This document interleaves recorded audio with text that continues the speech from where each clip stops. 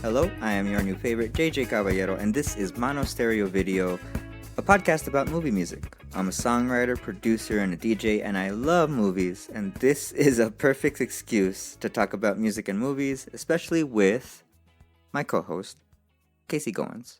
How are you doing, ma'am? I'm good, sir. How are you? Doing well. A little peek behind the window, a little peek behind the curtain, the window and the curtain. This is our second start. We had 7 minutes of garbage right now. It was very garbage. I didn't know where I was going. I didn't have any direction. And this is a much better, I feel better right here. I am feeling better. Okay. Good. Okay. This is the final episode in our Trent Reznor and Atticus Ross series. Trent Reznor filmography, discography, Trent Reznor, Atticus Ross filmography, discography. It's not the end all be all to Atticus. Like Atticus Ross, like we never covered Book of Eli, and there was some other stuff that he's been involved in that we didn't cover. But that's okay. I mean, I think we could get to. I think that gives us like some extra stuff to go over, and we could probably revisit him. You know, I think that'd be cool. And then Challengers is coming out in April, and we're gonna try to see that and follow up with that. I don't know how I feel about that one. I was excited, and then we saw the fucking trailer. So we went to see Poor Things for a second time yesterday. That's It what I was even better than the first time. Yeah. I was trying to that's what I was trying to fit. I was trying to fit that into the conversation the first time. That's why I was like confusing my head and jumbling like I was stuck. I'm also tired, a little tired right now. A little tired. We had a good couples day. It was a good couples day. If you catch my drift. It was a good day to be a couple with us. Oh my god. So I'm tired. Anyway, but yeah, so we saw the trailer for Challengers, and the trailer, like, it just gave so much away. But I think, like, it's a Luca movie, and I feel like that trailer was trying to like make a bigger appeal to people, or you know what I mean? Yeah. Like I don't. It might be. I don't know. I'm hoping it like kind of goes a different way. Maybe I don't know. The trailer was very like blockbuster. It's just like I like Zendaya so much, and I think she's a great actress, and it just felt like it wasn't like she was already too far gone to do that role, I guess. But that's what I'm hoping you're right about. Like it's making us think it's something it's not, because I feel like so. I don't know. I feel like trailers were going in a direction where like they were starting to give away too much from the movie, and I feel like now they're trying to do where like it gives away too much, but it's not anything that what you think it is. Like it makes you think it's something else. Yeah. Like a few movies I feel like have been doing that. Yeah. But I don't know. I just feel like this one's We'll see. I'm still like I'm gonna see it. I want to be proven wrong. Like, you know? I want to see it in the theater because I like Luca's movies in the theater, I think. And it might be like Ferrari, like where it's like, wow, we could have watched that at home. But I mean, we don't know until we try. Yeah. Yeah. Either way, we're at the end of Trent and Atticus Land, and I feel accomplished. And I'm very grateful to you for jumping on because I felt it felt like the show found a rhythm and a structure. It was a challenge because the first two soundtracks that we talked about were like soundtracks with different songs of different people, and we had different things to go off of, and we had like multiple layers, and people recognize some of these songs and this and that. Yeah. Whereas in this line of stuff, it's all we kind of just, it was a series of us describing sounds, basically. You know what I mean? Like, but I feel like when I listened back, it never got stale. There was always something fresh to talk about. We repeated ourselves because Trent and Atticus have, like all other artists, they have their tricks and they have their way of doing things. But I feel like we've found something and they find something in each movie to make it different and make it interesting and like make you focus on. And that's like, yeah, and it all leads up to this one is like was a lot of noise. Yeah, this one was a lot of textured sounds, a lot of like sharp, like kind of would come out of nowhere sounds, very sharp sounds. Yeah, like there were points where I piercing. Yeah, we'll talk about it, but you know, it was like glassy and steely some of them, but then like yeah, a lot of like electrical like I feel also, I mentioned this in the first time we did this, but I feel also that we also didn't benefit from watching it in the theater. We didn't watch it in the theater. I feel like it would have been cooler to watch it in the theater. Yeah, it's because you said it, and I was like, wait, we didn't benefit from watching it at home. We should have seen it in the theater. Okay, that way. I was like, but we didn't see it in the theater. No, yeah, that way. Yeah, and it's sound designed by Ren Kleiss, who also did Mank as before, and also hooked the guys up with the Soul gig, I believe that's what it was as well. Okay. So Ren Kleiss did the sound of this. And there was a little featurette we watched with Ren Kleiss saying that he was just describing that they wanted like the camera movements to reflect the sound, right? Like so this soundtrack is also full of songs by the Smiths, and we'll go into that too. But in those scenes, like when he's in the WeWork and he puts the headphones on, we hear the songs blaring when we're kind of like at his point of view, and then when you get to the outside, like you hear like you know, like when you hear somebody's headphones. That's what's happening to me right now, because I had my headphone in from earlier and I took it off and set it there. And then all of a sudden I was hearing, that's why I looked behind me right now, because I was like, what the fuck? Yeah. But it was the headphone. Oh, okay. So. Oh my love. Perfect. It was perfect for the podcast. It was perfect for the podcast. But even at that, there was like some, like, the fight scene was like quiet. We'll talk about it. But the fight scene was meant to be quiet. To me, I felt like that was a very like sharp, like there was. Yeah. Like it was quiet because it was two people that know how to fight, fighting each other. But there was so many like sounds, like distinctive noises that happened during that scene. Yeah, that was really cool. Yeah, that was a very. It would have been cool to see it in theaters. Yeah. Yeah, the sound. Yeah. Yeah, the sound would have been cool to feel. The soundtrack would have been cool to feel. I think we would have felt the intensity a little more. For sure. I think it was meant to be a more tense movie than it did play on the TV. Like, I felt like I had a good time watching it. Yeah. It wasn't as tense as like anything like Uncut Gems or anything like that. No, I don't think it was as intense as that. But I think it's because it was also the perspective, like, he's a killer. Like, that's what he does. Yeah. Like, Adam Sandler's character was like a... Yeah, that's like true. Like a dad. Like, he didn't know what was going on. This was also another perspective of a killer that we get from David Fincher, because David Fincher's talked about, like, serial killers before many times.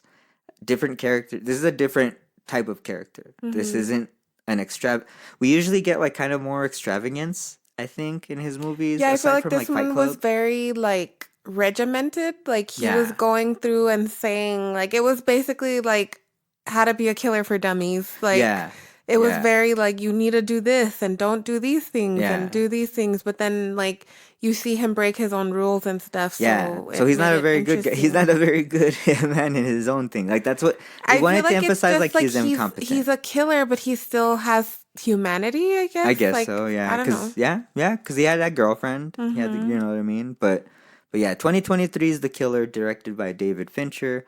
It's the reunion between Trent and Atticus and David Fincher after, I think it was like 6 years after what the last film was they did, I think was Mank. Okay, not 6 years. That was 6 years between Gone Girl and Mank. So between Mank, so 3 years, 3 or 4 years between Mank and this movie. Okay, got you. Okay, now the timeline's kind of lining up in my head. Okay, awesome. Netflix release. So we watched it on Netflix. It did have a short theatrical release. Did I say my thank yous already? I just want to say, say thank you up top. Oh, also www.jjcaballero.com. Also, we're going to have a shindig March 21st if you're in El Paso, Texas at Mona. It's going to celebrate the year anniversary of MonoStereoVideo. We're going to have a good time. We'll give you more details in episodes to come. I believe we're going to do cyberpunk theme, right? So, yeah, cyberpunk. All right, cool. All right, we'll give you more details, but keep up on our social medias as well. Okay, so still getting back into it. There wasn't interviews about this one. They worked on it like kind of like around this. They've been working on movies, you know. They've been working on this music. I think they worked on this at the same time that they did work on. Oh man, the last movie we talked about was Teenage Mutant Ninja Turtles. The time before that, they were working on this around kind of Soul time. I think they kind of started. 2021 was when filming began on this, so they would have been like in the early parts of like development, probably in those stages, I believe, you know. So it's around then, but made its long way to 2023, and pretty cool movie, pretty, like you're saying, a tight movie, like not a lot. The characters don't even have names for the most part. We'll go through the cast list and stuff right now. What did you think about the movie? It was, when it first started, it was hard for me to, I felt it was very distracting because there was so many points of reference for the sounds. So for me at first, it was kind of like I couldn't get into it. Okay. And then I did. Okay. But yeah, like when knowing that he was going to voice over a lot of those parts, like that kind of threw me off. You know what I mean? Like, I guess I wasn't expecting it. That threw me off in that I was going to say he hadn't done that before, David Fincher, but no, he did do that in Fight Club and shit. Yeah. Yeah, and Gone Girl. Like, there was and lots Gone of Girl. times, There was a lot of, And usually it doesn't, like, it's not as distracting. Like, I don't, for some reason in this one, but I feel like that was the point. Yeah. Because there were so many points of reference for the sounds, like, you know, where, like, you hear what he's hearing when he's doing stuff, but when stuff's happening to him, you hear all the other shit that's around. And I think that's what they were saying too. I did watch some stuff read some stuff by like with David Fincher and such, and they talked about how he, like I'm saying, they wanted to make him seem incompetent at it. Like they wanted him. He talked a big game. He was talking a big game, and he didn't shut up. Like for the whole fucking movie, like there was a lot of voiceover. Like he didn't shut up. And I think that was intentional because they wanted to make him seem like he knew more than he actually did. You know what I mean? Like he felt he knew more than he actually did. He thought he was better than he actually was. You know what I mean? Like if he was as precise and as perfect as he was, he wouldn't have fucked up that first thing that set off that first assassination that set off this tale of events that happened and such. So I think that whole thing was like that's intentional. Yeah. Yeah. And like the fact that you said that, and I did remember, like, yeah, it was like throughout the whole movie, it's like, shut up, dude. Like, wait, like, you could stop. Like, okay, I get it with it, but that doesn't mean that I didn't like it. You know what I mean? Like, I still like the movie, and he also physically didn't vocalize a lot. Yeah, like his character wasn't like a big talker. Yeah, like in the movie, besides like the head chatter. Yeah, I thought that was cool. So I kind of want to address this away. Like, we're gonna talk about how, like, the plot of the movie, and mention the characters like we did the last time with the cast and everything. As such, there's this article I found, and it's the Killer Soundtrack Guide. It's from Screen Rant. It's written by Greg MacArthur, and this dude went through the movie and pointed out the Smiths cues. So I'm thinking, let's do this. I could throw in when that Wood Smith song came out, so that we don't really have to talk about the Smiths a whole bunch at the end and such. But the Smiths, you know, they're recognizable. Morrissey, singer. We saw Morrissey at Cruel World. What'd you think of his show? His set? Yeah. What do you think of the Smiths? like I enjoy the Smiths. I was never a big like, oh, Morsey. Like I wasn't like, I know he had a big fan base because people found him very handsome and that he was kind of sexy and like all that stuff. I never had that perception of him. Okay. I did like the Smiths music like as the Smiths, but like Morsey just on his own, I'm just kind of like, okay, and then you know what I mean? Mm-hmm. And then of course hearing everything that you hear, just like of him not showing up or being very like, I know. So you know what I mean? So annoying with the veganism. Yeah. So just all of that, like I was like, oh, I'm glad I got to see. Yeah. But it wasn't anything where I was like, oh, this is what I came here for. Like, that's definitely not. Yeah. It was more enjoyable than I thought it was going to be. I mean, I thought it was cool. It was cool. Like, where they placed certain songs in the movie, too. Like, I thought that was kind of funny. Like, certain ones. So, like, this, how can I say it? They intended to use that. So, also, just to mention before we go into this, The Killer is based on a graphic novel, on a comic, a French comic by a writer named Mats and an artist called Luc Jacquemont. Okay? And there's a lot of volumes of this. I'll kind of cite the Blank Check podcast a few times because they did this movie already, but they were saying that and I do know that this to be true, that like French graphic novels and French comics are like treated as art artifacts, are treated a little bit more like with a little bit more prestige and such. As such, they're all like, they give them like hardcovers. They're like more graphic novel-y, more of them. A lot of people know what they are and such. So this is a pretty popular book. There was a lot of differences in here, and they were saying that this film only kind of went to like the first like 200, like the first few books of the thing, that there's more story of the killer to there, but also that like the killer in that is like a super French guy. This guy is like an American, like traveling. He's an American, right? He was like an American, but he's kind of like stateless a bit. He has a place in Dominican Republic. But so that's what that is, and they wanted to they thought it was like an odd choice, and like kind of gave us like a perception into his life where like this guy would listen to the Smiths to calm himself down and get his heart rate to a certain point. You know what I mean? Like they thought it was like an interesting character choice for him. So that was like why the Smiths. I wasn't mad at it. It was cool. But I think, to me, and this doesn't, I don't know if this plays into the whole like maybe we should have seen it in the theater thing, but I feel like that was a lot. You know, like I was trying to watch the movie, paying attention to Trent and Atticus, and then it was like this other thing, like the Smiths kind of popped up, and I was like, oh well, I don't know how I felt about that. I think it was just like, that's what I'm saying. Like it was just, there were so many points of reference for the sound that it was just distracting overall. Yeah.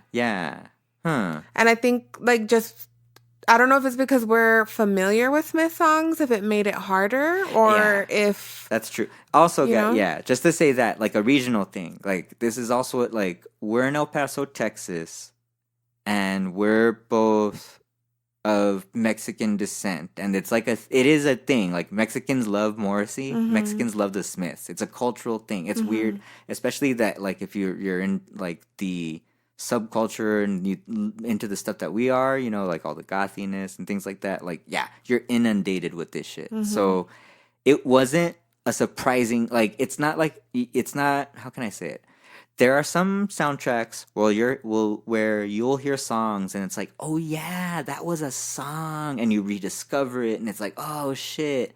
I think maybe it meant to do that with some people.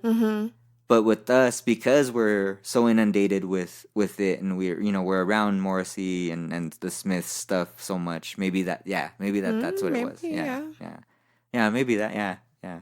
Or maybe it was the distraction. Like there was so much going on around him, and probably that. But either way, the film starts off with the killer, played by Michael Fassbender. Have we talked about Michael Fassbender? I don't think so. No. Awesome actor. I love him. Prometheus. Frank, we need to finish that movie. Yeah, we do gotta finish it. I feel like that always happens where I'll start it and I don't Yeah. finish it. Like, Yeah. we got about halfway though. We got about halfway. It's because it's a downer. It really is a downer. Yeah. But then it's like uplifting and it's kind of beautiful at the end when you actually see him and stuff. But yeah, like I know you said you haven't seen the end, right? No, because Yeah. I've started it so many times, but I've never seen the end. Yeah. So I have some ideas brewing, and we might have to cover that on the podcast, Frank. You know, but Michael Fassbender, awesome actor. In a lot of movies, Days of Future Past, like a bunch of the X-Men films, he was Magneto. He was also in Inglourious Basterds. Great, yeah, like a German there of like German descent. Yeah, good guy, good actor. I really enjoy his movies a lot. Anyway, he is a professional assassin hired to kill.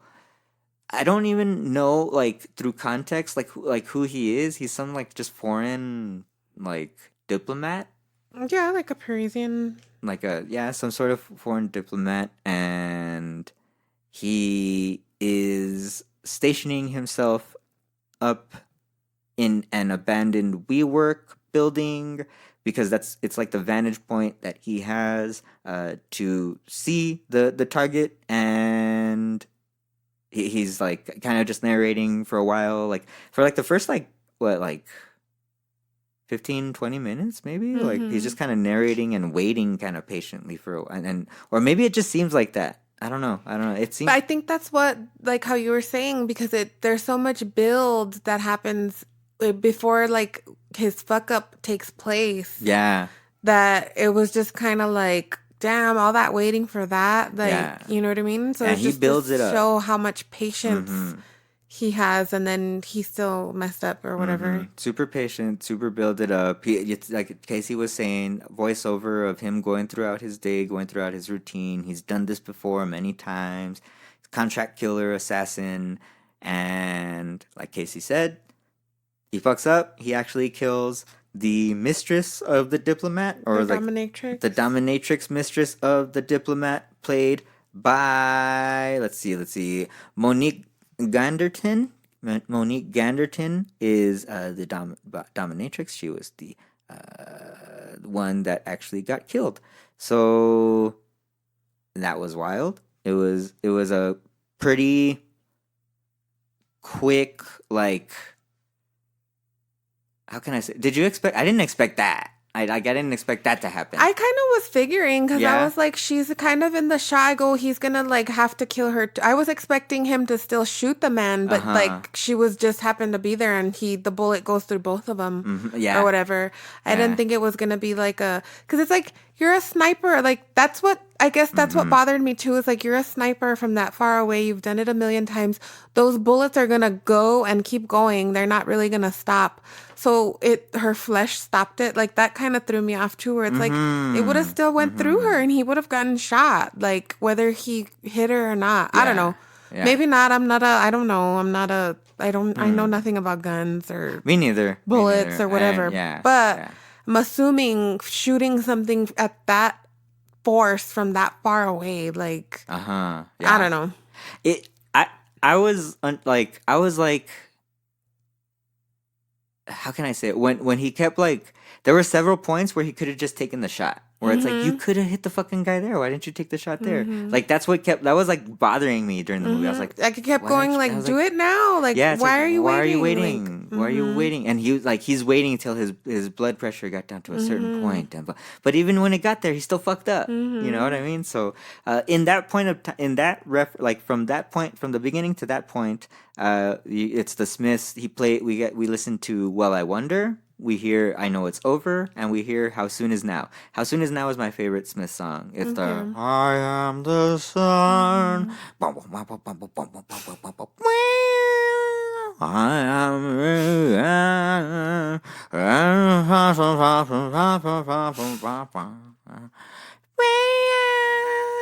I think has that song come out on this podcast before? No, It hasn't. Huh. No, I always think about The Wedding Singer when I know. That's why I'm like, that's why you're thinking that. It reminds me of The Craft. Oh yeah, that's true. The Craft, yeah. Anyway, Michael Fassbender fucks up. And the assassin fucks up, and he has to pack up and go from the get go, and he has to take off.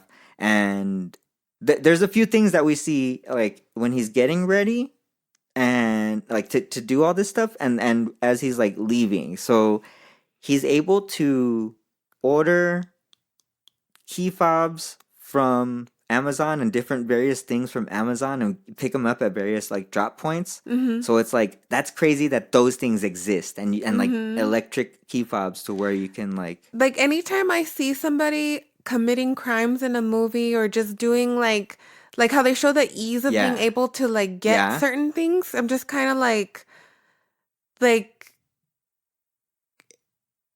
I don't know, like it freaks me out, but at the same time, it's like, Yeah. well, duh. Like, what do you Exactly. think? Like, people are Exactly. naturally bad. Like, people are naturally Well, bad. I don't think that. Like, I don't think it's not people are naturally bad. I think what it is we have a false sense. Like for me, it feels as though we have a false sense of security. Like and I think that's a manufactured false sense of security. This is the leftist part of MonoStereoVideo. Oh, but well, I'm just that's saying, true. but Like, this is like I'm gonna have a ring on my door because I'm gonna get to see everything and this. But it's like, we well, need yeah, to protect but ourselves. they're gonna be able to see everything too. Exactly. Like, you know. So it's a form of control. Mhm. We're kind of bred to be fearful of everybody. I Mm-hmm. mean, this is an extreme situation. It's a movie, so like No, I it just know. you I'm know just what I saying mean? in general, like I Yeah, think yeah. people just have that inherent, like if they're given the opportunity to do something bad or to do something like whatever, they're most likely gonna do it. I don't know. I don't feel that. Like I don't. I feel I have more. Like I feel like they're gonna do better. I feel like the opposite way. You know. I feel like in these like it's people like this. You know what I mean? Like it's sociopaths that would take advantage of that. Yeah. And that we can have that. So to me, like that aspect of this movie was like kind of like an anti-cap, you know, like an anti like technology way of looking at this, like because it's so easy to do so many things, and then the way that he moves up, so he moves about and he disguises himself as what he says is like a German tourist. Like he's not like John Wick where he's wearing like a fucking Yeah, like he's very suit and unassuming looking very and he's trying to blend in like and so people won't be able to say like, oh, he looked like this or he had this specific like he's trying to be super vanilla. all of the clothes that he's wearing you could buy at an airport, and he does. That's where he's buying the stuff at an airport. And But that's another thing that I noticed too is like the first half of the movie, he is very vanilla and it's lots of khakis and earth tones and creams. Yeah. Second half of the movie, black, all black. Oh yeah, for sure, because he's like going in, like he's like Yeah. he's going to get them. You know what I mean? Like first half, like first chunk of the movie is like he fucked up. He leaves. He flees to his hideout in his safe house. That's the name of one of the Trent and Atticus songs, which we'll get to. But he leaves there and he goes to the Dominican Republic, Santo Domingo, and he finds that his place has been fucked with, and his girlfriend has been beaten to an inch of her life, and he finds her at a hospital, luckily, and he talks to her brother, and her brother lets her know that there was that he gets a clue about like the cab company from the brother, I believe. Yeah, and so then he finds the taxi driver Yeah. and interrogates him. Yes, he finds the cab driver, and the cab driver gives him a description of the people that went to fuck up the girlfriend and the house and look for the killer. And he gives a description of he said something specific about The lady looked like a Q-tip. the lady looked like a I thought that Q-tip. was funny. Yeah. Yeah, I thought that was funny. It's so funny. It's so funny how they talk shit about Tilda. We'll talk about Tilda right now. Anyway. Also, we do hear on the phone Chris Parnell, who's the lawyer, who's Hodges, who's the killer's handler, who is like the guy that gets him the work. So Chris Parnell recently was in that movie Top Gun Maverick. We haven't seen that. I actually hear it's pretty good. I don't know anything about the Top Gun extended cinematic universe, so I wouldn't be able to fucking tell, I guess. I don't know. But yeah, he's like popping up and stuff more, and they say that he actually like he kills it. I liked him in this role too, but we first hear him in voice. We first hear his voice. Also, the killer's girlfriend. Her name is Magdala. She's played by Sophie Charlotte, and Sophie Charlotte's like a new starlet. Like she's popping up. I believe she's of German descent or like German Peruvian, something like that. German and Brazilian. She's a German Brazilian actress. She has quite a few credits to her name, but they're all like Brazilian. Mm-hmm. Yeah, it's all Brazilian stuff. It's a Brazilian TV. Okay, cool. Oh yeah, film, cool. Small part though. Small part in this. Nothing super wild. So yeah. So the killer. He hears and interrogates the cab driver, kills the cab driver. Cab driver, his name is Leo. He's played by a man named Gabriel Polanco, and shoots him in the head. And he just kind of like leaves the dude there underneath an underpass somewhere. Mm-hmm. And then that's like where it shows like that's like the one of his rules that he said not to break. Like fight the fight you're paid to fight. But this is when he goes off and like, I'm gonna find these people that did this to her.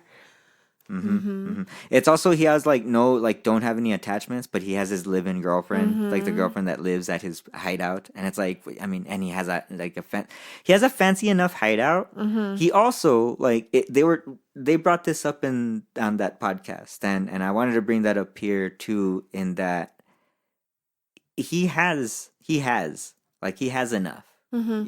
like it's much like John Wick, where John Wick, he had everything. He was out. And what brought him back in was like the money. No, it was the dog. That's what brought him back into this world. Like here, the killer's like, it's like, he has it all. It kind of shows us that he has it all. So why is he even doing this last gig? Like, why is he even doing this gig that he fucked up? You know what I mean? Like, it made me think like, oh, is he like running out of steam and that's why he fucked up? Like, is he like kind of like, did he used to be better at this before and now, like, you know what I mean? Like, so I don't know. I thought about that. He learns the description of these people, and then we get to it's also broken down in chapters. First chapter was called Paris, the Target. Second chapter is the Dominican Republic, the hideout. Third chapter is he's heading over to one of our favorite places in the world, New Orleans. That's where he goes and meets Chris Parnell, sees him face to face. We actually see the lawyer, the Hodges, and he like kind of interrogates him, kind of tries to pull the information for who the client is and like who the people that he's looking for. It becomes a revenge tale. It becomes a revenge tale a la like Kill Bill and stuff like that. Like, but more, it was very film noir-y. Like I think this was along the lines of like more like one of Fincher's more film noir type movies, I think. Less though, there wasn't really like I don't know if Tilda's like the femme fatale. Maybe does she? Do you think she feels that role? Not necessarily. Yeah, right. I don't know. There's not really like a femme fatale, but this is like it becomes a revenge tale. So he goes, he sees Hodges, tries to scare Hodges. He fucking like nail guns him in the chest. He overestimates Hodges' strength, and he's like, he even says like, oh, somebody should live like 10 to blah blah 15 minutes, and Hodges actually dies like within like 3 minutes of that whole fucking scene. There's also the the office administrator working for Hodges, Dolores, played by Carrie O'Malley. Carrie O'Malley, I believe they said she was like a stage actress. She's a stage actress and stuff. And that's also not like Fincher pulls from the stage, like what's his face from Mindhunter, like Groff, like you know what I mean? Like he pulls from the stage. Yeah. Like David Fincher seems like he like has his pulse on people. Like he knows how to like whoever he has casting with him and for him, you know, like they know what's up. I want this person. Right? Yeah. You gotta find out. You gotta find out who that casting person is. You for this one? Yeah, you find out. You find those out pretty good. You like seeing that stuff. Yeah. Yeah, so Dolores, who is played by Carrie O'Malley, she knows more than she lets on at the beginning. There's also like a whole wild scene of like we see. Like, I like that the killer mailed just like an envelope to himself from the Dominican Republic to the lawyer's office so that he could like track the letter, like the mail, and like get there at that moment when the FedEx, like he knew when the FedEx guy was gonna get, you know what I mean? Like he knew that it was gonna get there at that moment. He knew that he was gonna use that to wedge his way into that office. That was crazy. That was cool. Yeah. Well, yeah, just like how he had the trash can ready to go to put the body inside of it, and that's what like is. All of this is so practical. He goes to a hardware shop. He buys the different things at the like the nail gun at the hardware shop and shit. People are even like bringing the stuff to him. You know what I mean? Like he orders everything online. Like it's so easy just to and do it online like that. Anyway, takes Dolores back to her house, where he hopes to get more information. That's what was. Because she has something there. She says she has something that's gonna help him find whatever else. Yes. But it was like in a Rolodex, right? Yeah. She had the names of the other people. It was like an account. It was an account number that was attached to names. Right. You're right. Yes. And she gives him that. She's kind of like. She begs for her. Well, she knows the situation, so she doesn't really beg for her life. She begs for him to make it look. Yeah, she was like, I want my kids to still be able to get like my life insurance. So she didn't want to disappear. Yeah. So like, he makes it look like she fell from dying or died from falling down the stairs. He runs behind her, snaps her neck. That's where that's what I was like. So last episode, I was talking about a womp womp. So there was a womp there, like in Gone Girl. Like in Gone Girl, when Rosamund Pike's killing Desi, and there's that like it fades to black and then goes womp womp. There was that moment there when he snaps her neck, like it kind of goes in and out there. I thought that was cool. I thought that was a cool little like David Fincher flair. I was like, oh yeah, we're in a Fincher movie. Fuck yeah! Like he reminds you, like this is my movie. Yeah. You know? But yeah, that was fucking crazy. That was like I didn't expect that either. I was like, oh, I didn't know what he was gonna like. I didn't know. Well, because he said about empathy. Empathy is what is it? I like that Casey took all the notes on what he said too. Empathy is weakness. Fuck yeah, Casey's trying to be an assassin. Yeah, you can't say things in polite society, but if I could have picked like where it's like you could be anything, I would have loved to be a fucking assassin. Like, you live with a want to be assassin. I just thought like how cool, like you're so incognito, like you're invisible, you don't really exist, like, and you just like you're able to do these like. I don't know. Yeah. You get to drive fast cars and get away and like it's exciting. I don't know. Anyway. Throughout this, we still hear, Hand in Gloves by the Smiths. Glory Box by Portishead actually plays when he's in the Dominican Republic. Big Mouth Strikes Again is like when he's leaving to go to see Hodges. That's a Smith song that plays. Oh, as he prepares to meet Hodges, when he's getting that Sprinter van ready to go go into the office and stuff. Heaven Knows I'm Miserable Now is playing. At that point. Let's see. When he's at Ace Hardware, Girlfriend in a Coma. Man, they just shove like the fucking Smith songs in there. Like they just kind of go one right after. That's wild. That's a lot. And then Shoplifters of the World Unite is also in New Orleans. So New Orleans. That's what's up there. Leaves New Orleans. Goes to Florida. This is crazy. This is where he finds the Brute. The Brute, played by a man by the name of... Where's the Brute? Oh my gosh. Oh, he's by the name of Sala Baker. Sala Baker, also the actor who played Sauron from The Lord of the Rings. Yep, Sauron. That's He's a physical, hulking, and like... So that's that they brought that up in on the Blank Check episode, and they also brought up like he looks young in this. He's like a 50-year-old man. You know what I'm saying? Like these are two like middle-aging men, and like this fight scene is fucking wild. So the killer goes to find the brute. The brute's one of like he sees that he has a dog, and he sees all these things. So he goes and like just preparing, like he buys the meat, he buys the sleeping pills. Yeah, he's already preparing. Like I need to get rid of this fucking dog. Like, yeah, it's so a big ass pit bull. Yeah. And he's trying to like distract the dog, get him to like sleep and stuff like that.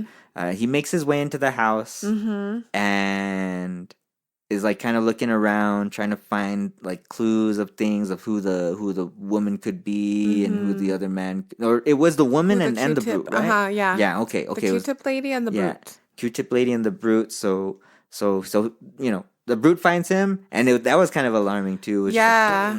And I like that was my favorite part of the movie. Yeah, it was fucking cool. Even though it was already like kind of like the later half of it, like that's the part that sucked me in. Okay. Like, oh, okay. Well, no, I guess when the lady fell down the stairs too, that was pretty cool. Yeah. But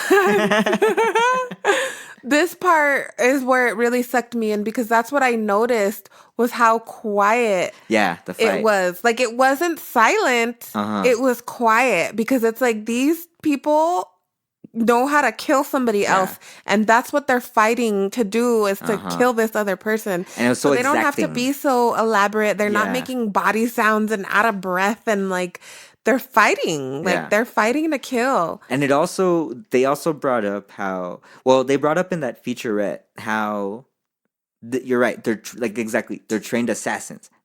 They're also like the brutes out in Florida. You can, he's at like a hideout. He's at his own hideout. You know what I'm saying? So it's not like they want to make a lot of noise to cause a lot of attention. Like we're not trying to have nobody come in here. Like we want this done so that way we can be like, let's move on to the next thing. And it was like the sound design by Kleister was awesome. Like it was like good. A hard hitting. Like, like you could hear the hits, but they weren't like elaborate, or they didn't sound like psh, psh, psh. And I'm gonna bring this. I'll bring this up like before we even talk about the soundtrack. Like the Brute 1 and the Brute Part 1 and Brute Part 2 were fucking like those like they got me. Like it was like but then I was like, ooh, I kind of like it. Like it's like because there was you could hear it so clear when the glass breaks. You could hear it so clear, and everything was singular. Like you could hear the things happening as it was happening. As it was happening in the movie, that was pretty cool. I like that they did that. But yeah, there were some sounds in there that like but also like that would annoy me, and like ticking that would annoy me. But it was still like it built like the right like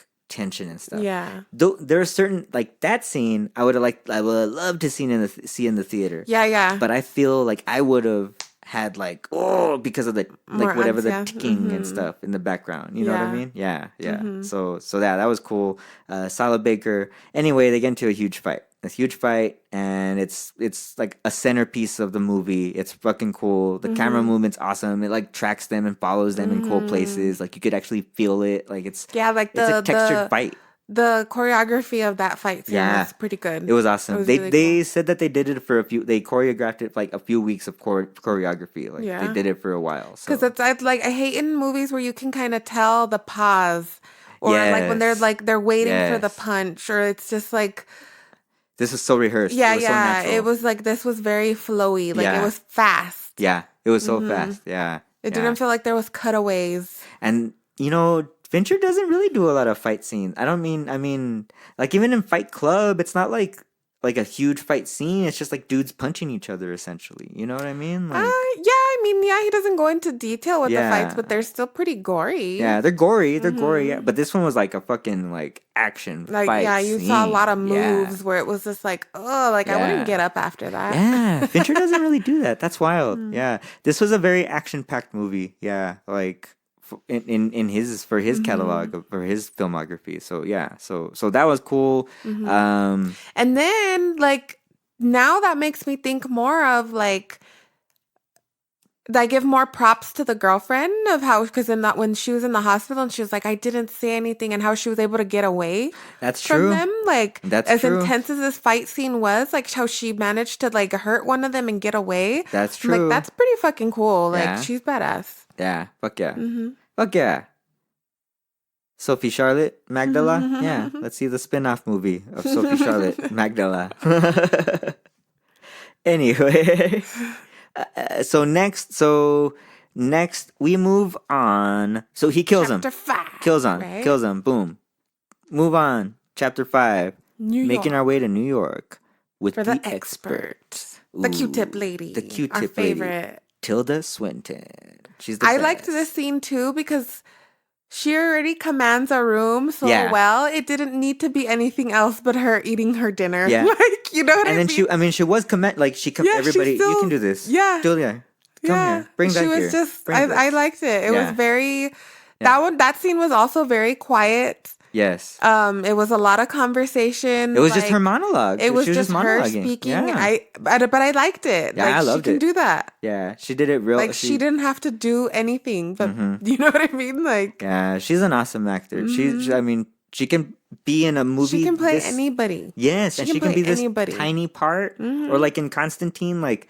Yeah, she's not even in it that much, and it was just she's so good. But she's the main villain. Yeah, she's not even in it that much. Yeah, main right. Villain, they show her for like 10 minutes. Yeah, the whole time. Main villain. Yeah, exactly. Like it's fucking crazy, and she just commands it. Yeah, fuck yeah. Also, the best vampire. Watch Constantine now. Yeah, the best vampire in Only Lovers Left Alive. Right? Love that hair. Tilda Swinton. Have we brought her up on the podcast yet? I'm sure. Yeah. Wait, hold on. Let me think. I'm sure. She's probably come out. I don't know. I have to look back through the now catalog of episodes that we have. Yeah. I like that you're feeling proud. That's good. It's a whole. We did a series. I did a series, and like I've been wanting to talk about these guys. I was holding you to it. That's why. crazy. Even when we're like, I feel tired. I'm like, it's okay. We're gonna. It's a real. Like, we're not trying to be gimmicky, and I'm not trying to be like somebody I'm not. Like, there's gonna be times where we don't like the fucking movies we're talking about, but we're gonna talk about them because the movie itself had parts that were good, or there was really good actors in it, and because we fucking love watching movies, like, I'm not ever gonna not watch movies just because I'm like, ooh, that one was bad. Like, that's true. So everything's not supposed movies. to be good. Yeah. Like, you need the bad so you can know which ones are really good. Unhappy Birthday. That's the song that played when Dolores' neck got snapped. Oh, Happy Birthday was the Smith song that played. And then This Charming Man, let's see. When did This Charming Man play? Because I felt like that was a good placement for that one. Was it? When he's disposing their bodies and stuff on the ferry. Putting them in the... Okay, that's what I thought. Yeah. Discharge. Yeah. When it started playing, I was like, see, it's supposed to be like where it's that dark humor, that dark comedy, where it's still like, it's not laugh out loud funny, but it's just like, you're like, heh. Yeah. Yeah, that's good. Yeah. Awesome. And she had a cool haircut in this one too. I remember writing it down. She always has good hair. And no matter what she plays, she could be playing the most unassuming, but she's still cool. Like, she's just so cool. Yeah, she was the expert here. She was the one that was exacting in that. I guess there's like, in this world, there's like a middleman, but then like, he knows who she is. They have kind of a history together in a way, but they were also like, I mean, if they've worked together before, because at one point she was like, he says something to her and it's just like, well, you know the rules, and like, it was nothing personal. Yeah. Like, it wasn't personal. It was a job. Because he like, fucked I was up. Doing so a job. they have to go. Yeah, they were like, you messed it up, so now you were on the hit. Like, you were the next one. You're the next one. And even at that even when he goes and sees Hodges is like, you're not, like, he's pissed at him. He's like, you're not even supposed to be here. Like, you're supposed to be dead because you fucked up. Like, you fucked this up for all of us. Yeah. So anyway, he talks to Tilda, and they're in that they have a whole thing going on there, and he walks her out. And I like how it shows like she's making peace with it. Like, she gets it. He's gonna kill her. She doesn't does it. No, I know. Yeah. But how she sipped her whiskey and she enjoyed her last meal, and how like she falls down the stairs and is like, "Oh, help me up," and it's just like, nah. Fucking shoots her. I thought that was pretty cool. Yeah. And then how you see like her arm fall and she was gonna fucking stab his ass. Like, she fuck yeah. She had a knife hidden. That was cool. Ready. It all happened so quick, but it was really cool. I liked that was a good death for her, I feel like. Yeah.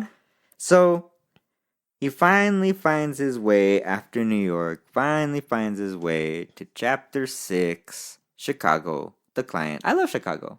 I did like Chicago. To the client, he goes in. It shows like how he registers to be in that like, I don't know, like spa like workout place that the client goes to, that Claiborne goes to, and like he doesn't even have to talk to anybody. Like he can fucking go to a kiosk and just sign up for a membership there and just get a membership, and boom boom, he's got a membership. He finds his way he to the vicinity of the client. He sees him, played by Arliss Howard. Awesome in this movie. He can play like a snivelly like tech guy. He can play like a snivelly MGM guy. But yeah, he was cool in this. Nice and snivelly. Yeah, he's like a billionaire tech business guy.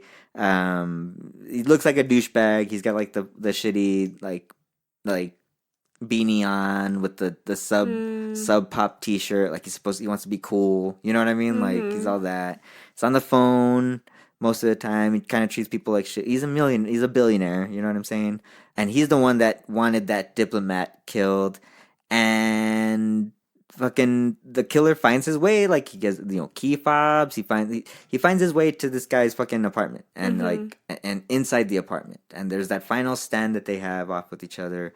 And Arliss Howard Claiborne is kind of like, he kind of slowly realizes who the killer is, and he's like, look, like they told me like that for an extra so much money I could just have you removed, and just it was like a business as usual. This is usually what happens in these situations, and I just did it. Nothing personal. Basically, like everybody's saying nothing personal. Yeah, like everybody's like, this is a job. Like this is the way the job goes. But he does let Arliss Howard live, and like to that, like I thought it was a smart thing, because like he's like, look, like he pointed out, look, Hodges told me to do this. I don't even fucking know you, and blah blah blah, and like so he kind of like makes it like, he points out like, no, actually, like the handler is the one that wanted him killed and gone, and he arranged all this shit with Tilda, and it wasn't personal on certain reasons, but it could have been personal on those reasons. So with this guy, it's like he just kind of like lets bygones be bygones, and he's just he warns him, like, if I ever fucking feel like anything, I'll kill your ass. I'll fucking come back and I'll kill you. And slow death. And then he dips. There's an epilogue. He finds his way back to the hideout to Santo Domingo, where we're seeing he's like, the girlfriend's there. It's like a nice day, but like the final shot is like his like cheek, like it twinges. You know what I mean? Like, just kind of like, to me, it signaled like, nah, this isn't it for him. You know what I mean? Yeah. Like, this is just the in between. This is the in between. Like, so it's not like, it's that, like the killing it's that drives him. It's like, you know what I mean? Like, and he's like, the killer. Yeah, and he's the killer, and then boom, and that's the movie ends. And the last song by the Smiths that plays is There's a light that never goes out. Yeah. The top of your side. See, that makes perfect sense too. The light that never goes out, because he's not gonna, like, this isn't the end of him being an assassin. Like, yeah. This was just the end of that little loop. Yeah, that was a crazy movie. That was crazy. Yeah, I mean, it's tense. It flies by. That's why I'm like, it's one of those where I'm like, I need to see it again, because Michael Fassbender is such a good actor. Yeah, the movie was well paced. And like, I feel like it's just one of those where you have to watch it again, because I think the uncomfortableness, or the like, that whole first scene being so drawn out compared to how the rest of the movie was fast, and that whole first of him, you see him waiting, and he sets the timer on the watch, and then he goes to the next thing, and then the timer on the watch. Like, I feel like there are something that I missed. Like, I didn't appreciate the timing of that. No, so I feel like I'd want to see it again.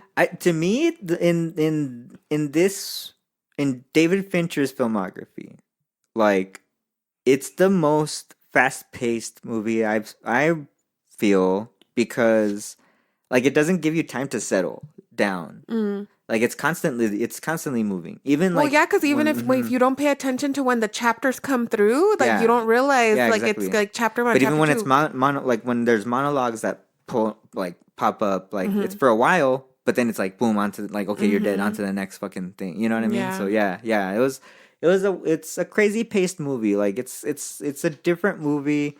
It would also pay homage to a French assassin film called Le Samouraï from like the 60s or 70s, I believe, a black and white movie.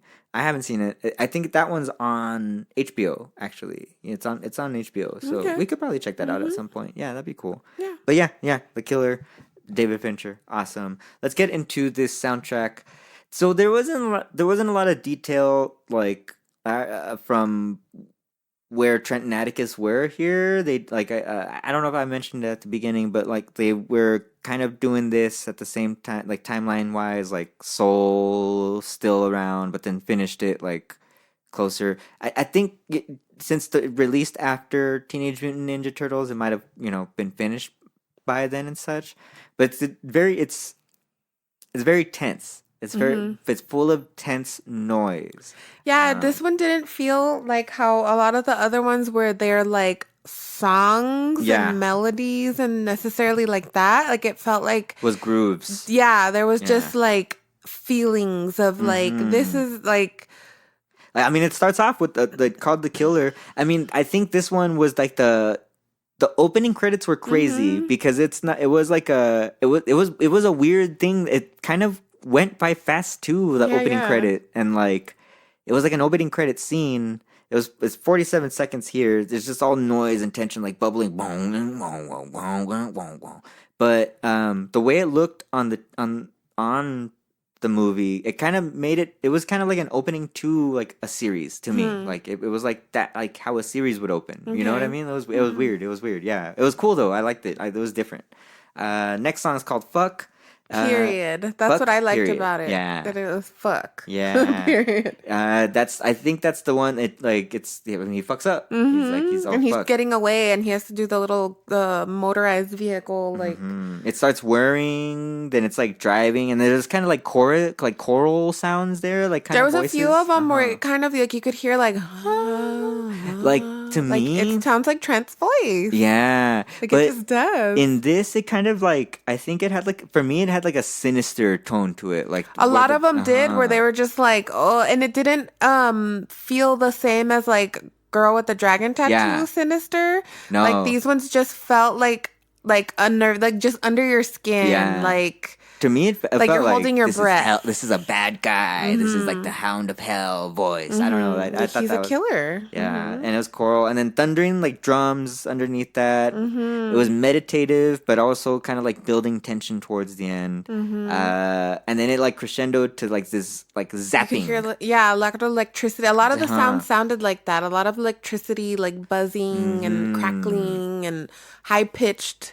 Yeah, it was like this filtered. It's like a filtered saw wave. That's what I wrote, and it's like it just like stuff like that. Yeah, where it sounds like electricity like bouncing off one of those fucking like those Tesla coils. Yeah, you know what I mean? Yeah.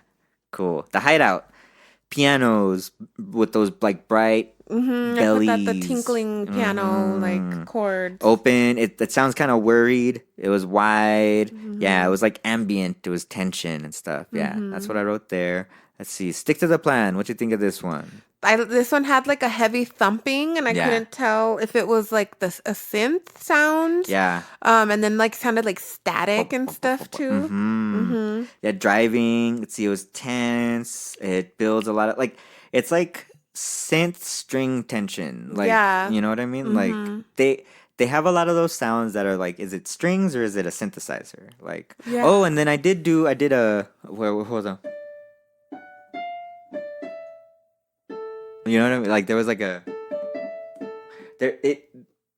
I did find a thing on the internet that talked about Trent Reznor's different chords, and I had said in a previous episode I want to play something that was like Trenty, and that was like something like that. I guess you know what I mean. I was like, I didn't hear that in that song. Well, but that one. It's like I feel that came out in a few of the piano parts on. Yeah, because there was somewhere it sounded like far away. It sounded like, you know what I mean, like just like very, Like how I said, like quiet but sharp. Okay, cool.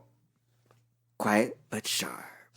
Stick to the plan. So that was that. It was, oh yeah, it's like those noises turn, like those tense synths turn to like clinking and metallic. Like they had that transformation where it was like bottles and glass. Yeah. Like clink, clink, clink, clink, clink, clink. Yeah. That was cool. The Sunshine State, Florida. I put an open mind of metallic pipe. What? Oh, so these sounds like, to me, they sound like you're like the like those. The design felt to me like it was trying to be inside your head, and like there was some beating that sounded like it was like tapping on the inside of your brain. You know what I mean? Like a lower part of your brain sounded like, right? But this sounded like you were like in a metallic, like an air vent to me, you know, like a boom, and that's what you would hear inside like an air vent. And I don't know, that was pretty fucking cool. And then it goes like it's like that bouncing off like octaves, so it's like over like this droney thing. So they do that. There's like a bass drone. Let's see. I feel like some of the bass stuff on this sounds like wet. Almost like it's like in the sea, you know what I mean? Like thick. Thick. Yeah, like dark water. I don't know. Anyway, consequences are automatic. More percussive. What do you feel? This one I felt like started off soft and then it got higher pitched and a lot of like electricity sounding. Yeah, like the zip zaps. Yeah, the feedback, like those focused feedback noises. Yeah, like. This one had like the feedback was like right in the center. Like it was like zapping you and everything else was kind of like noisy around you. Like I felt, you know, it's good that we have earbuds because like, okay, so we didn't hear the fucking movie in the fucking theater, whatever. Right. But the earbuds. You can hear more of the selective sounds that are in there. Yeah. And there's a lot of surround, like they use surround in this. They go like different directions here. Yeah, they go different directions, and they're popping up in different areas. So I thought that was pretty cool. Never hesitate. It was like a detuned piano sound. Wait, you skipped empathy as Oh, empathy as weakness. Oh yeah. Oh, this one felt like weird, like wailing traffic. Yeah, this one I could hear like in the background, and I was like, it sounds like his voice. Like you could just hear it. I put wailing traffic. Like there's like real layered and busy. Like there's like a lot of stuff going on, and then it clears. And it loops. Yeah, and then you can hear that static and that like the voice in the back. I thought that was cool. To me, it's like maybe like that's what I'm saying. Like the voices in his head. You know what I mean? Like this is like you're a killer, because of how they wanted you you to have so many perspectives of like. He's hearing the headphones, you're hearing the headphones. Like, this is what's happening outside of the headphones. Like, but you hear it muffled. You know what I mean? Like, yeah, that's true. Because, yes, a lot of these sounds on these songs were like, they're filtered in a way where it's like they feel different. Yeah, like they felt puffy. Like, they felt puffy. Yeah. Yeah. Yeah, they like felt like padded. They were padded sounds. They were sharp, but they were padded. It was weird to yeah, weird. Yeah, it's a weird like they're getting inside your head. Yeah, really. Yeah.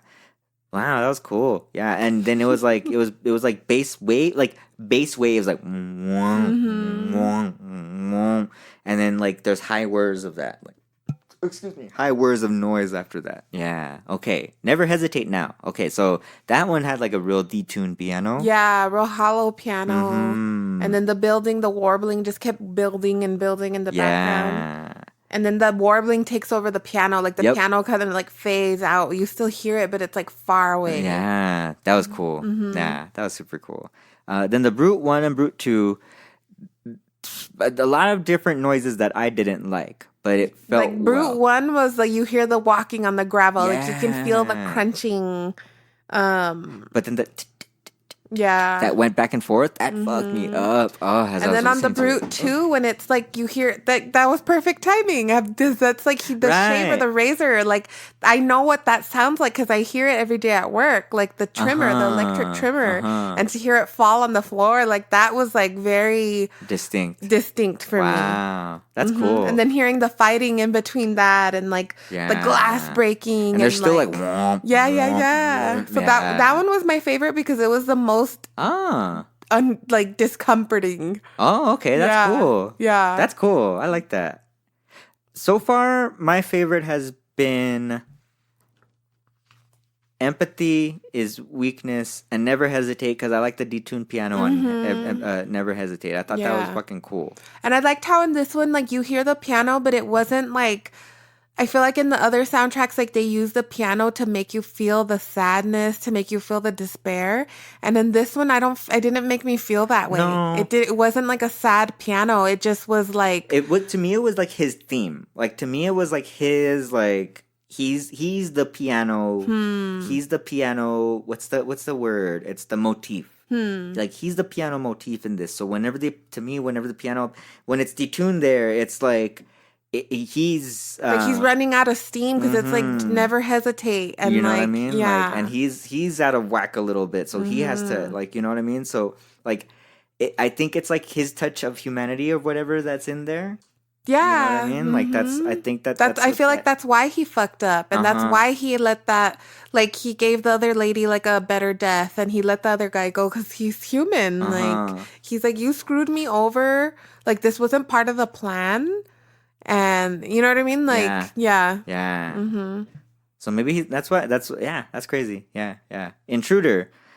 Still low wave, super low. Like the waves are like they're super. Like the bass synths are real low on this. Yeah, and that's fucking crazy. Like I hardly ever hear music that uses that type of shit, which is cool. Like, and I like that. That's Trent why, like, Atticus. this one to me didn't feel like, it's not like your typical soundtrack where it's music. Like, I feel like it was a lot of... It's tonal. Yeah, exactly. Yeah, and it goes back and forth between tones. Like, it'll travel. A lot of the same sounds, but in different tones. Yeah, it'll travel. Yeah, so, like, Intruders like that. Like, and then, let's see, you can't hear them... So like that stuff, like you can't. To me, I wanted to point out, like, some of this stuff, like you can't hear it just on your phone. Like you have to put the headphone in because some's in one ear and it's not in the other ear. Yeah, and then that one ends up with some like ambience between the pad and the melody on the piano, and like so it goes back. It's like a lot of juxtaposition between like the low warbled bass, and then there's sounds that are very clear and like piano-y on the top. Electric. Yeah. The Expert, that song about her, repeating like open sound. Oh yeah, that one was like, yeah, because I heard like ding, ding, and then like bum. It's bum, like bum, as if bum, they were bum, like bum, bum, recording bum. the busyness of a road and then just looped that, and that was like the drum. Yeah, that was like that loop was like the drum. That was fucking crazy. That was like, what the fuck is this? And then they used that as like the percussion bed of it, right? Yeah. Let's see, and then it built with more tension on the synths. That's one of these that makes you feel it's in your head, and then it's kind of jammy. Like, oh yeah, that one goes in and out of like there's like jamminess, like you're outside of a concert. You know what I mean? Like it's still in the same key and in the same everything, but it's like as if you're like walking down the street and like you're passing like a building where you know what I mean? Yeah, that was fucking cool. Okay. Gonna have to call you back, Marvin. That played when that's like the line that he fucking says, like, gonna have to call you back, Marvin. Because he's talking to a guy named Marvin on the phone. Arliss Howard is, Claiborne is. And if I put, that's the low rumble with the I wrote that out. Like the background was very heavy. Very like brooding, like he's like he's coming at you like like you're next. Like any other movie, that song would have been like, this is the moment where he's gonna I'm gonna stab you type thing. Kind of like they're coming out of a like I felt like a lot of these sounded like they were coming out of fan. Like it was like this, like there was like vibration. Yeah, like a weird spectral vibration that they had. You know what I mean? Yeah, it was weird. One of many, number 14. That's the Solitary piano keys. And then I felt like you could hear like a soft, like a E in the background. And to me, that's like, it's just like the I feel like this was like like he got out of it, and that's where the and then I feel like, and then it gets heavy, like it gets heavy towards the end. That, like, I think that's when his cheek twitches. So it's just like he got out of that situation, but and then it's like, what's he's next? not done. Yeah, what's next? Like, he's not done yet. And like, it's not even like that was that. Like, it was that, like, what's the fucking, like, what's the driving force of what he's doing then? Like, it's not the money. Yeah. It's not the fucking girls. It's not the, like, the it's not it being like spectacular, and it's not like, it's the routine. Yeah, it's the routine of it. Yeah, that's true. Oh shit, that's true. It's the routine of it. Yeah, because he has all his steps, and I think it's not like he wanted to fuck up, and he was just like mad at himself for fucking up. So he's like, "You're not gonna kill me. You're not gonna this because I'm the killer. I'm gonna fix it." I felt like, that's crazy. That I didn't think, like, this is what I do. Like, you're not gonna take this away from me. My perspective was a little different on that. Was that, like, is it like it's suggesting, like, well, is it the killing then? Does he like killing? Is that what's drawing him to it? But no, I mean, what you're saying is like, no, he's like a journeyman. Like, this is his shit. This is the routine. Like, that's crazy. Yeah. And then we end off on Trailer. It's a very jam out, very I felt like it was a very punky song. It was real fast. It felt like a video game. Yeah. And it reminded me of Run Lola Run. Like, it had that same kind of like, all right, let's do this. That's like, true. Yeah. I like that. I want to watch that movie. Let's watch that. I'm down for that one. There's a bunch of movies like that Time Capsule, 90s Time Capsule. Alamo Draft House. That's gonna come out soon too. Fuck yeah. Yeah. Yeah. That was the soundtrack. That's the movie. That's the anything that we didn't cover that you wanted to go over. No, because I mentioned that's what I noticed the most was his clothing, like how he was very neutral colors, real, like all the khaki, very tourist looking. And then when he's on his own, like, I'm doing this killing for me. Like, I'm like, he was stealth. Like, everything was black. You know? That's true. I like that. Yeah. I like that. Let me see if anything in my notes that I wrote while I was watching the movie. Nothing. No, super. So the opening theme. Oh, that the different aliases that he gave were different names all the names, like so many different names. But there were different main characters and different characters from different series. So it was like Felix Unger. You know what I mean? Yeah, fucking funny. I thought that was cool. Yeah, that was funny. Let's see. Yeah, that's the killer. That's awesome. That's the final film we're covering for the Trent Reznor and Atticus Ross filmography, discography. That's the most recent thing that they've released. And like I said in a previous episode, Trent Reznor's not planning on doing any Nine Inch Nails stuff anytime soon. But that could also change. What were you gonna say? I wrote down because in the movie, like when he at the end when he goes to Chicago to meet the client. Okay. And I remember writing this down because I'm like, what's that? And I'm probably gonna say it wrong, but it's that Densuke watermelon. Oh, okay. I don't know if you had caught that when they had mentioned it, and I wrote it down and I didn't look it up. So right now I just did, and it says that it's like a really expensive like seedless watermelon. Oh. They're difficult to cultivate and they require constant care. That there's a limited number of fruits that come out each season, but it says that it's a theme of the wealth and consumerism. Oh. That's why they like the exuberance of wealth and how it makes people not like they feel like nothing's gonna happen to them because they're untouchable. Like That's true. Yeah. And even when the killer gets into his apartment, he's like, all that security, you know. Yeah. He's He's like, how the fuck did you get in Yeah. here? And it's like, Security, exactly, like, because you let the fucking Amazon person in, so now everybody can come in. You think, yeah, that's true. The false sense of security that we have as So that's why consumers. I'm glad I did write that. That's cool. Cool. That was a good one, love. So yeah, final episode of the Trent and Atticus catalog. I wanted to go through a few last things with that. Okay, so Casey, what's been your least favorite soundtrack that we've covered? I mean, I don't know if it was my least favorite because it was my least favorite movie. But the Patriots Day. Patriots Day, yeah, that was. I don't know if it's my least favorite soundtrack, but it is my least favorite movie. You're right. Like it was like not our cup of tea, I guess. Like it was the least, it was like the least fun. I want to say my least favorite, and this is gonna. I think this might hurt you.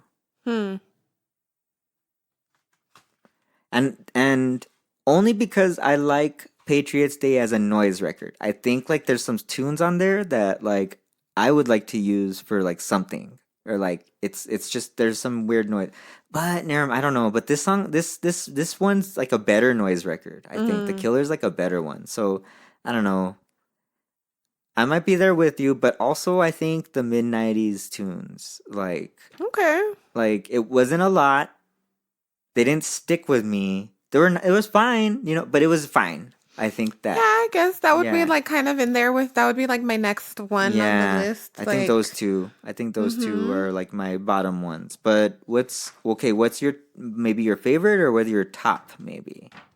I mean, of course, like The Watchmen was really cool just because it was fun. I feel like it was like a lot of them were fast paced. A lot of them were funky. A lot of them were, it was like you could feel the mood with those. So I did like that one. I did like that one a lot. I think my favorite one was The Social Network. Okay, I think you did like that one a lot. But runner up, but Social Network for nostalgia's sake, and because it's like what set them off on what they're doing, right? But aside from that, yes, Watchmen, but also maybe more Ninja Turtles. Ninja Turtles was good. I loved it. Like I thought the Ninja Turtles had some really cool tunes. Yeah, that one was a fun one. Yeah, that was a lot of fun, and they did some cool stuff there. Any final thoughts before I give final thoughts on them? Like any final things that you noticed on them?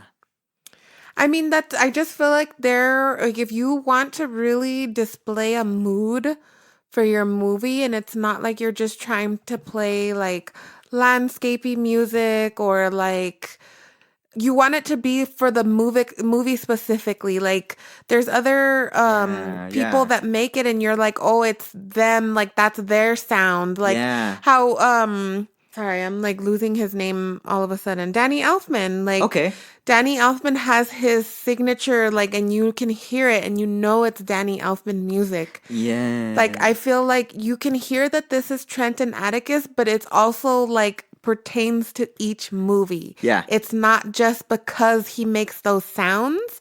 It's because they have their specific, where you can tell that it's them, but it's not like they're taking over the sounds of the movie. Yeah. Or taking away from the movie. Not that Danny Elfman takes away from the movie. But, like it's part of it. But that's just like he's very like he's in a certain box. Yeah, it's the movie with a Danny Elfman score. It's featuring a score by Danny Elfman. Yeah. Whereas, yes, Trent and Atticus do have that feature, but they do throw themselves into the... Like, this is about the movie. Yeah, and we're going to be in the world. We want to be involved with the filmmakers. We want to know what the script is. We want to be in it. Yeah. That's awesome. Yeah, that's a cool, yeah. That's good. That was good. Yeah, that was real good. I don't know. I guess my final thoughts are, I like that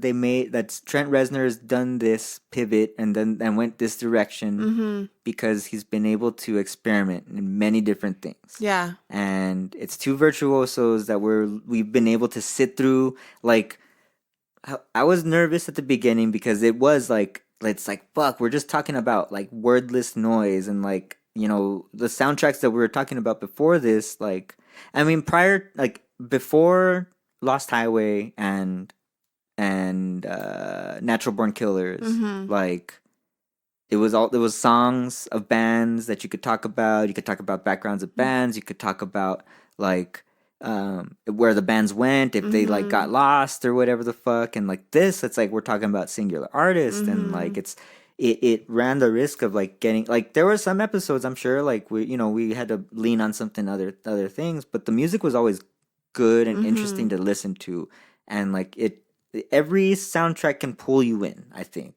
like even the slowest ones like Empire of Light and Bones and All like have things in them that are like very unique and very like beautiful, that very like, beautiful that they can pull people into.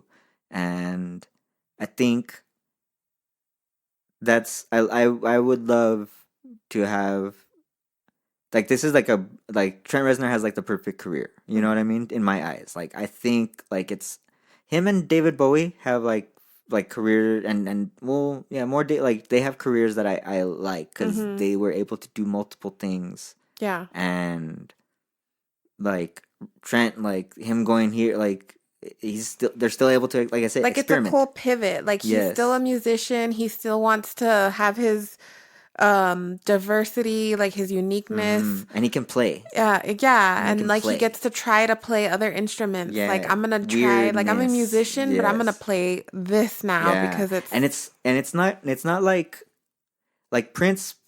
Susan Rogers was in an interview on something I watched, and she was talking about how Prince, like, he wasn't a man that had a lot of crazy shit. He had what he had, and he had what he was good at and what he liked. And I feel like Trent and Atticus, like, they have access to everything, and they have the things that they like. They have the tools at their disposal, and they just use them in different ways. They alter them differently for every fucking soundtrack. So it's like you can hear certain sounds repeat, but it's in a different way for this soundtrack. Yeah, and they like it's still awesome that they get to do that. And like for this, I'm glad we got to go through this stuff. I don't know for the future of the podcast. I don't know how much we want to go into like composer land. Like maybe we'll do some here and there, but I think it just depends. It just depends. Yeah, because there was a lot to chew on here because they're like because Trent Reznor's like a celebrity rock star prior. Yeah, to like this, it was just a cool pivot. Like he was in a really cool obscure band,